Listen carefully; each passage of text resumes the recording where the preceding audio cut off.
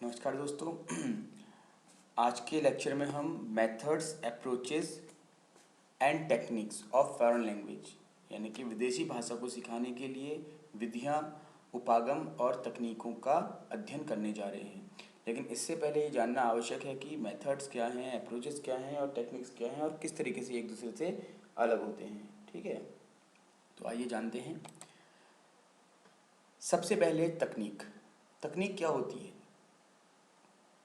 ये चर्चा हमारी जो है आने वाली स्लाइड में होने वाली है। फिलहाल तकनीक जो है वो मेथड्स के अंदर इंक्लूड होती हैं और जो मेथड्स हैं वो अप्रोचेस के अंदर इंक्लूड होते हैं। यानी कि एक अप्रोच के अंदर बहुत सारे मेथड हो सकते हैं और एक मेथड के अंदर बहुत सारी तकनीकें हो सकती हैं। और ये जो टॉपिक है हमारा NTA NET, BEd, MEd, CTET, UTET, TGT, PGT आदि परीक्षाओं में आने वाला है, इसलिए आप इसको अच्छे से समझिएगा। 2-3 वीडियोज़ में हमारे टॉपिक कंप्लीट होगा।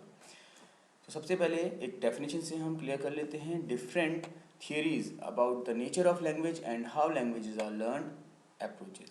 तो हम किस तरीके से किसी भाषा को सीखते हैं या भाषा की प्रकृति क्या होती है, इस सभी का जो अध्ययन होता है, ये जो इनका एक एजम्पशन होता है, जो एक मान्यता होती है, वो सब अप्रोचेस के अंदर आती है। और approach implied different ways of teaching language. और अप्रोच के अंदर क्या होता है, किसी भी लैंग्वेज को या भाषा को किस तरीके से सिखाया जाएगा ये इंक्लूड रहता है। और ये वे ऑफ टीचिंग लैंग्वेज ही हमारा मेथड कहलाता है। तो what is method? It is a way of teaching and different method makes use of different kind of classroom activities. तो जब हम मेथड का एग्जीक्यूशन करते हैं क्लासरूम में, उसके लिए हम बहुत सारी अलग तकनीकें प्रयोग करते हैं। जैसे प्रश्नोत्तर तकनीक होती है, लेटर राइटिंग होती है, नैरेटिव होता है, आपका रोल प्ले होता है। ये सब क्या है, आपका तकनीकें कहलाती हैं। और ये जो डेफिनेशन है ये लॉन्गमैन्स डिक्शनरी ऑफ अप्लाइड लिंग्विस्टिक के अंदर दी गई है, इसलिए इसको हम ऑथेंटिक मान सकते हैं। What is an approach? Approach क्या होती है? This refers to theories about the nature of language and language learning. इसका संबंध किसी भाषा की प्रकृति और भाषा के अधिगम से होता है, जिसे संबंधित हम सिद्धांत दिए रहते हैं। तो अर्थात भाषा क्या है, भाषा की प्रकृति क्या है और उस भाषा का अधिगम कैसे हो सकता है, इसका जो भी आपका सैद्धांतिक जो स्वरूप होता है उसे हम अप्रोच कह देते हैं। That serves as a source of practice and principle of language teaching, जिसका प्रयोग फिर फर्दर हम शिक्षण के लिए, यानी कि जो भाषा शिक्षण है उसके सिद्धांतों के लिए करते हैं। तो क्या होती हैं अप्रोच? अप्रोच किसी भाषा की प्रकृति और उसके अधिगम के लिए जो मान्यताएं होती हैं उससे संबंधित होती हैं, उससे सिद्धांत होते हैं। और इन सिद्धांतों का प्रयोग फिर फर्दर हम क्लासरूम में पढ़ाने के लिए किस प्रकार की युक्तियाँ प्रयोग कर सकते हैं उस हेतु किया जाता है। Describes how people acquire their knowledge of language and makes statement about condition which will promote successful language learning। इसमें यह बताया जाता है कि किस प्रकार से कोई व्यक्ति भाषा ज्ञान को अर्जित करता है और जिस प्रकार से वो व्यक्ति अर्जित कर रहा है उसी प्रकार से वो सिखाने का प्रयास भी करता है। उदाहरण के लिए आप में से बहुत से लोग जो हैं वो पहले हिंदी मीडियम के रहे होंगे, फिर उन्होंने अंग्रेजी सीखने का प्रयास किया होगा।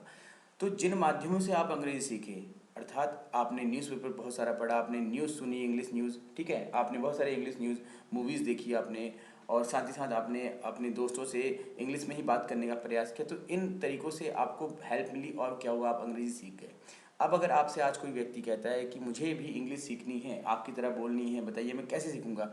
तो आप उससे बोलोगे कि भाई कोई बहुत आसान है, तुम बस बहुत सारी बुक्स पढ़ो इंग्लिश में, लोगों से फटाफट बोलना शुरू कर दो इंग्लिश में बिना हेजिटेशन के, ठीक है, तो तुम इंग्लिश सीख जाओगे। तो आपने जो ये बातें बताई उस व्यक्ति को, ये होती है अप्रोच। ये कोई मेथड नहीं है क्योंकि इसमें कोई सिस्टम नहीं है ना, आपने एक ओवरव्यू दे दिया उसको, तो दिस इज़ कॉल्ड अप्रोच। अब जब इसके अंदर आप कुछ तकनीकें बताएंगे, कुछ आप पॉइंट्स बताएंगे कि पहले ऐसा करना, फिर ये करना, फिर वो करना, तो क्या होगा, वो एक टेंटेटिव प्रोसीजर बन जाएगा, यानी कि एक क्या होगा, सिस्टमेटिक आपका तरीका बन जाएगा। और जब वो सिस्टमेटिक तरीका बनेगा तो उस सिस्टमेटिक तरीके को हम फिर फर्दर मेथड कह देते हैं, ठीक है।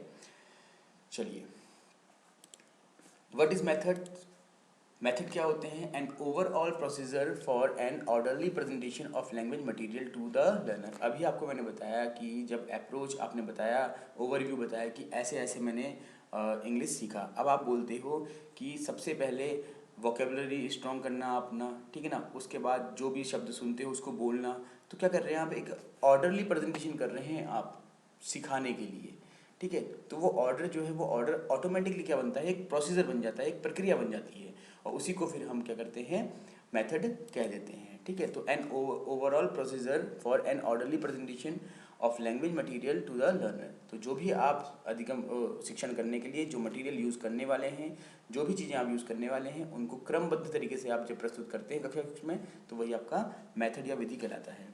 When an instructional design includes a specific level of application including objectives, role of teacher and learner and classroom activities। जब कोई भी निर्देशात्मक जो प्रक्रिया है उसके अंतर्गत कुछ स्पेसिफिक लेवल हम यूज़ करते हैं, जिसमें ऑब्जेक्टिव्स होते हैं, शिक्षक की और अधिगमकर्ता की क्या भूमिका रहेगी, और साथ ही साथ कक्षा में कौन कौन सी गतिविधियाँ होंगी, इनको हम प्री डिटरमाइन कर लेते हैं, पहले से निर्धारित कर लेते हैं, तो ये मेथड कहलाता है। ठीक है। तो इस लाइन से आप समझ सकते हैं इसको। With a method objectives, role of teacher, learner and guidelines for classroom activities are predetermined. ये पॉइंट आप थोड़ा सा देखिएगा। ठीक है, कि क्योंकि ऑब्जेक्टिव्स क्या होने चाहिए निर्धारित कर लिया हमने, शिक्षक क्या करेगा और बच्चा क्या करेगा।